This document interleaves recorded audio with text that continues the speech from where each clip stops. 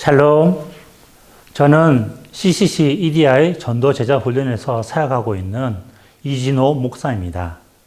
오늘도 말씀을 묵상하시는 여러분들에게 하나님의 은혜가 가득하시길 기도합니다. 오늘 본문은 사도행전 9장 9절부터 25절까지 말씀입니다. 오늘 본문에서 예수님을 만난 사울이 다메섹 성으로 들어간 이후 그 행적에 대해서 말씀하고 있습니다. 10절 말씀에 보면 주님께서 다메섹 성에 살고 있는 제자인 아나니아를 환상 중에 부르셨습니다. 아나니아가 사울을 만났을 때 무슨 일을 해야 하는지도 모른 채 예수님께서 유다의 집에서 있는 다소 사람 사울을 찾으라고 아나니아에게 명령하는 것을 보게 됩니다. 한편 사흘 동안 자지도 마시지도 먹지도 못하는 사울에게는 아나니아라는 사람이 들어와 자기를 안수하여 다시 보게 될 것을 말씀하셨습니다. 13절 말씀에 아나니아가 대답하되 주여 이 사람에 대하여 내가 여러 사람에게 듣사온즉 그가 예루살렘에 주의 성도에게 적지 않은 해를 끼쳤다 하더이다라고 말씀하고 있습니다. 사울에 대한 소식을 듣고 알고 있었던 아나니아는 주님의 명령에 순종하기가 어려웠습니다. 왜냐하면 자기도 사울의 손에 붙잡혀 해를 당할 수 있었기 때문입니다. 그리고 14절에서는 주의 제자들을 결박할 수 있는 권한이 사울에게 있음을 말하면서 주님의 명령에 거부하는 것을 볼 수 있습니다. 그렇지만 주님은 한마디의 말씀으로 아나니아의 항변을 그치도록 합니다. 15절에서 주님께서 이르시되 가라, 이 사람은 내 이름을 이방인과 임금들과 이스라엘 자손들에게 전하기 위하여 택한 나의 그릇이라 말씀하고 있습니다.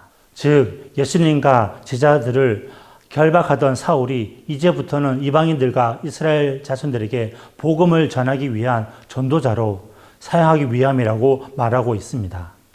그리고 사울이 많은 고난을 받는 가운데 이 사명을 감당할 것을 말하면서 아나니아에게 사울을 찾아갈 것을 명령했었습니다.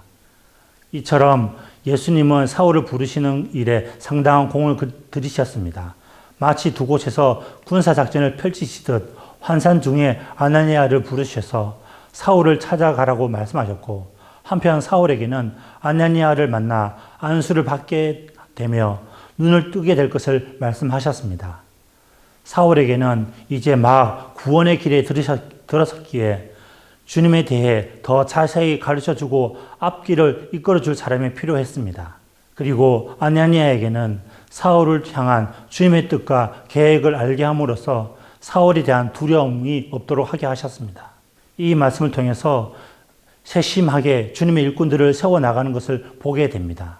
로봇처럼 기계적으로 일을 시키는 것이 아니라 주님의 뜻과 계획이 어디에 있는지 보여주면서 사울과 아나니아 그 두 사람의 전도자를 세워 나가는 것을 보여주고 있습니다.